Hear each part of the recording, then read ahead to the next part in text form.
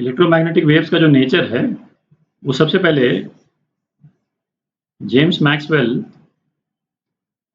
ने एक्सप्लेन किया। मैक्सवेल ने बेसिकली इलेक्ट्रोस्टैटिक्स की और मैग्नेटिज्म की 4 इक्वेशंस ली।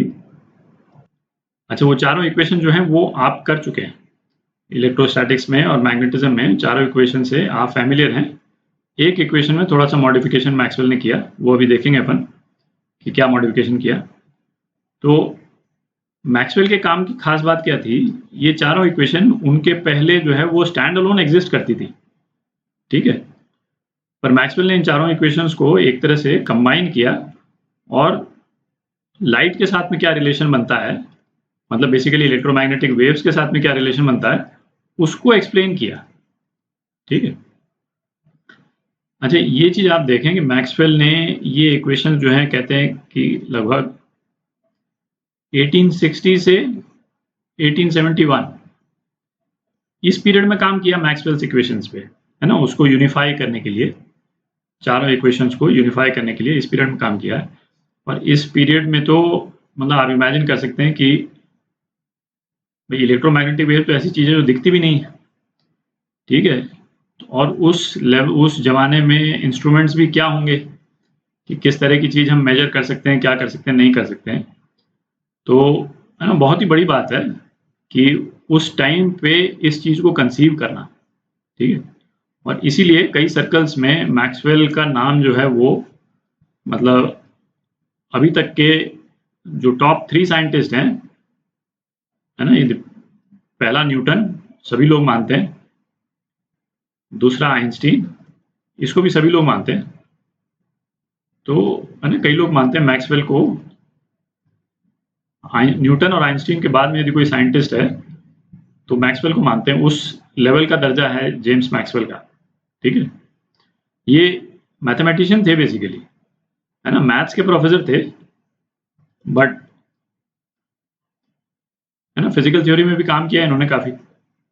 इनफैक्ट आइंस्टीन ने खुद ने एक बार ये बोला था कि न्यूटन के बाद में यदि किसी ने फिजिक्स में सबसे ज्यादा कंट्रीब्यूट किया है तो वो मैक्सवेल ने कंट्रीब्यूट किया है। तो ये बहुत बड़ी बात है, बहुत ही बड़ी बात है, स्पेशली यदि आइंस्टीन कह रहे हैं तो अब उनसे बड़ा तो कोई हो नहीं सकता, ठीक है। तो इस हिसाब से भी क्योंकि ये साइंटिस्ट जो है वो बहुत ही है ना ऊंचे कैलिबर के साइंटिस्ट थे, तो आपको एक रफ आइडिया तो होना ही चाहिए। जेई के सिलेबस में भले नहीं हो मैक्सवेल इक्वेशन, बट आपको एक रफ आइडिया जरूर होना चाहिए। तो हमने कहा कि चलो एक बार इसको है ना प्रिलिमिनरी तौर पे कम से कम डिस्कस जरूर करें, है ना, और जितना अपन डिस्कस करेंगे उससे आपको अच्छा आइडिया लग जाएगा कि इलेक्ट्रोमैग्नेटिक वेव्स जो हैं वो क्रिएट कैसे हो रही है। तो मैक्सवेल्स की चारों इक्वेशन देखते हैं। मैक्सवेल्स इक्वेशंस, ठीक है, पहली इक्वेशन। अच्छा, जैसा मैंने कहा कि ये चारों इक्वेशन जो है मैक्सवेल ने डिस्कवर की हो, ये फिनोमेना है ना, ऐसा नहीं है, उस टाइम पे ये चारों इक्वेशंस जो है वो फॉर्मुलेट हो चुकी थी, है ना, किसी न किसी एक फॉर्म में। मैक्सवेल ने इनको बेसिकली कंबाइन किया। तो पहली इक्वेशन कौन सी हुई, पहली इक्वेशन तो गॉस लॉ है, और गॉस लॉ अपन देख ही चुके हैं। ईडीएस क्या होता था, क्यू अपॉन एप्सिलॉन नॉट, ठीक है, ये तो अपन पढ़ चुके हैं इलेक्ट्रोस्टैटिक्स में। दूसरी इक्वेशन, ये बेसिकली एक तरह से गॉस लॉ का काउंटर पार्ट हो गया, ठीक है। मैग्नेटिक फील्ड में चूंकि बीडीएस ये क्या होगा, जीरो होगा। और ये क्यों जीरो होगा, क्योंकि जैसे गॉस लॉ के केस में, गॉस लॉ के केस में क्या, इलेक्ट्रोस्टैटिक्स में आइसोलेटेड चार्ज तो मिल जाता है ना, यहाँ पे आपको प्लस क्यू चार्ज जो है अलग से मिल जाएगा।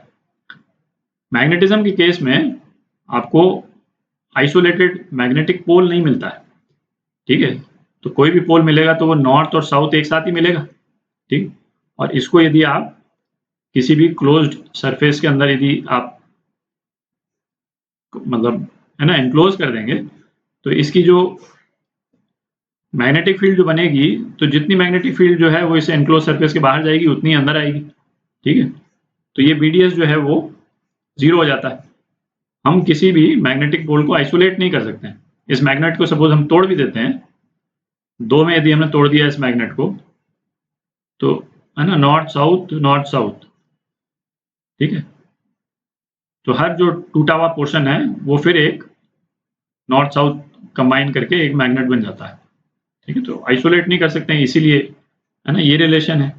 ये बेसिकली मैग्नेटिक फील्ड के लिए गॉस लॉ है, ठीक है, उस तरह से हम देख सकते हैं। तीसरा तीसरा फैराडे लॉ है ना, तीसरी इक्वेशन फैराडे लॉ, ये भी अपन देख चुके हैं।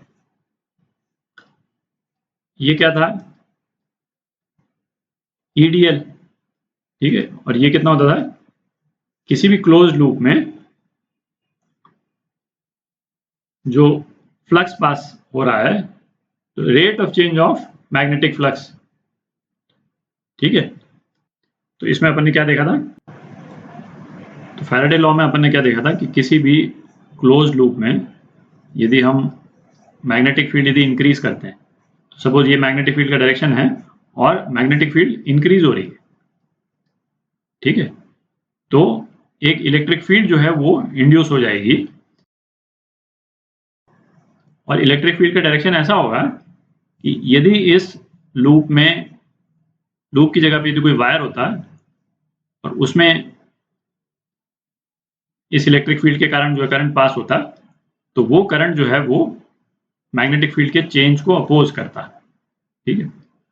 और ये अपन ने बाद में ये भी देखा था कि वायर लूप की जरूरत नहीं है, यदि इस तरह से मैग्नेटिक फील्ड यदि वैक्यूम में भी चेंज होती है तो तब भी उस एरिया में इलेक्ट्रिक फील्ड जो है वो इंड्यूस हो जाती है, ठीक है। ये भी हम देख चुके हैं। और चौथी इक्वेशन कौन सी है, मैक्सवेल्स इक्वेशन। चौथी इक्वेशन है आपकी एम्पियर्स लॉ, ये भी हम देख चुके हैं, है ना। इस केस में क्या था, बीडीएल, ये क्या होता था, mu not upon 4 pi into I, मतलब करंट जो है वो मैग्नेटिक फील्ड को प्रोड्यूस करता है, ठीक है। तो इसमें अपन ने क्या देखा भाई, यदि कोई वायर है और उसमें इस डायरेक्शन में यदि करंट फ्लो कर रहा है, तो मैग्नेटिक फील्ड का डायरेक्शन क्या हो जाएगा, ये डायरेक्शन हो जाएगा मैग्नेटिक फील्ड का डायरेक्शन, ठीक है। ये अपन देख चुके हैं। यहाँ पे मैग्नेटिक फील्ड को चेंज होना था इलेक्ट्रिक फील्ड को प्रोड्यूस करने के लिए, यहाँ मैग्नेटिक फील्ड को प्रोड्यूस करने के लिए करंट इज सफिशिएंट, ठीक है। अभी चेंज की बात नहीं कर रहे हैं अपन, चेंज वाला एस्पेक्ट मैक्सवेल ने इंट्रोड्यूस किया, उसको भी डिस्कस करेंगे अपन। तो अब मैक्सवेल ने क्या किया कि ये वाली जो इक्वेशन है एम्पियर्स लॉ, इसमें थोड़ा चेंज किया, ठीक है। क्या चेंज किया उसको देखते हैं। तो इसमें चेंज के लिए ऑब्जर्वेशन क्या था कि जैसे यदि कैपेसिटर है, कोई पैरेलल प्लेट कैपेसिटर है ना, उसमें ये वाली प्लेट पॉजिटिव चार्ज पे है, ये वाली प्लेट नेगेटिव चार्ज पे है, तो इलेक्ट्रिक फील्ड जो है वो इस डायरेक्शन में रहता है, ठीक है। ये तो इसमें तो कोई दिक्कत नहीं। अब यदि हम इस चार्ज की पोलैरिटी चेंज कर देते हैं, है ना, चार्ज की पोलैरिटी चेंज कर दें हम, और पॉजिटिव इधर कर दें और नेगेटिव इधर कर दें, ठीक है, तो इसका ओरिएंटेशन चेंज हो जाएगा, इलेक्ट्रिक फील्ड जो है वो अपोजिट डायरेक्शन में हो जाएगी, ठीक है।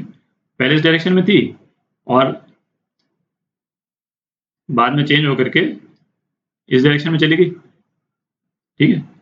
तो जब ये चेंज होता है इलेक्ट्रिक फील्ड का, है, तो यहाँ पे लोगों ने देखा कि यदि हम जहाँ पे जिस एरिया में इलेक्ट्रिक फील्ड का चेंज हो रहा है वहाँ पे यदि कोई मैग्नेटिक कंपास हम रख दें, ठीक है, यदि कोई मैग्नेटिक कंपास यदि हम रख दें तो उसकी नीडल जो है वो फ्लक्चुएट करती है।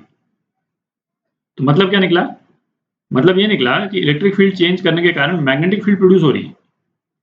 एग्जैक्टली उसी तरह से जैसे फैराडे लॉ के केस में मैग्नेटिक फील्ड चेंज होने से है ना, मैग्नेटिक फील्ड के चेंज होने से इलेक्ट्रिक फील्ड प्रोड्यूस हो रही थी, ठीक है। पर यहाँ पे कोई करंट नहीं है ना, यहाँ पे कोई करंट नहीं है, पर फिर भी इलेक्ट्रिक फील्ड चेंज होने से मैग्नेटिक फील्ड चेंज हो रही, ठीक है। तो इस वाली इक्वेशन में मैक्सवेल ने एक टर्म को और आगे जोड़ा, है ना, उस टर्म को अपन देखते हैं। तो मैक्सवेल ने जो टर्म को इसमें ऐड किया वो टर्म थी mu naught epsilon naught d phi E by d t, ठीक है। और जो ये वाली जो टर्म है उसको डिनोट किया आई डी, मतलब क्या बोला उसको, डिस्प्लेसमेंट करंट। तो आइडिया ये था कि जैसे यहाँ पे एक करंट है जिसके कारण मैग्नेटिक फील्ड प्रोड्यूस हो रही है, तो यहाँ पे एक्चुअल में करंट नहीं है, पर यूनिट वाइज ये करंट के इक्विवेलेंट है, ये वाली जो टर्म है। तो इसको, इस इक्वेशन को, एम्पियर्स लॉ को मॉडिफाई करके उसका मॉडिफाइड फॉर्म क्या हो गया, I regular current plus I D जो कि डिस्प्लेसमेंट करंट, और वो कितना हो गया, इस पे डिपेंड करता है, मतलब चेंजिंग इलेक्ट्रिक फील्ड पे डिपेंड करता है।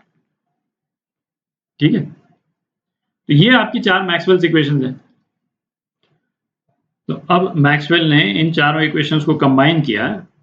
मैक्सवेल तो वैसे ही मैथमेटिशियन थे, बेसिकली प्राइमरली तो मैथमेटिशियन थे, तो कंबाइन किया तो उसमें रिलेशन क्या आया, इलेक्ट्रिक फील्ड के वेरिएशन का रिलेशन जो है वो ये आता है, mu naught epsilon not del 2E by del t square is equal to del 2E by del x square। ठीक है, ये variation with respect to time, ये variation with respect to distance. अच्छा, ये फॉर्म इक्वेशन का अपन पहले देख चुके हैं, आप है ना, आपको फैमिलियर लग रहा होगा। ये अपन ने वेव्स के केस में किया था, ट्रैवलिंग वेव्स के केस में। भाई ट्रैवलिंग वेव्स की जनरल इक्वेशन क्या थी, 1/v square d2y by dt square is equal to d2y by dx square. ये वेव की जनरल इक्वेशन थी। तो ये इक्वेशन क्या बता रही है अपने को, ये इक्वेशन बेसिकली ये बता रही है कि ये एक वेव है जिसमें इलेक्ट्रिक फील्ड जो है वो वेरी कर रही। ठीक है, और इस वेव की वेलोसिटी क्या है, वेव की वेलोसिटी जो है वो 1/√μ0 एप्सिलॉन नॉट है, और ये v क्या हो जाएगा, वेलोसिटी ऑफ लाइट हो जाएगी, basically velocity of electromagnetic wave. तो एक इंपॉर्टेंट रिलेशन तो ये हो गया। ठीक है, और वेव फॉर्म जो है, जैसे इस इक्वेशन का जो वेव फॉर्म है वो क्या होता था, y is equal to a sine kx minus omega t, ये फॉर्म होता था इसका जनरल जो रिजल्ट। तो इसके केस में भी इलेक्ट्रिक फील्ड है ना, हम बोल सकते हैं जो वेरी कर रही है वो इस तरह से वेरी कर रही। ठीक है, तो अब आपको मतलब थोड़ी इंट्यूटिव अंडरस्टैंडिंग तो हो, मतलब लग रही होगी। ठीक है, ये इन इक्वेशन से आप फैमिलियर हैं वैसे ही पहले से ही, है ना, 1 2 3 4। ये फोर्थ वाले का जो एडिशन है वो भी थोड़ा सा लॉजिकल लग रहा होगा। ठीक है, अच्छा, प्योरली मैथमेटिकल बेसिस पे आपने वेलोसिटी ऑफ इलेक्ट्रोमैग्नेटिक वेव निकाल ली। ठीक है, आपने ये इक्वेशन निकाली जो आपको मालूम है ना, फैमिलियर इक्वेशन है कि इसका सॉल्यूशन जो है वो ट्रैवलिंग साइनोसॉइडल वेव के फॉर्म में होता है ना।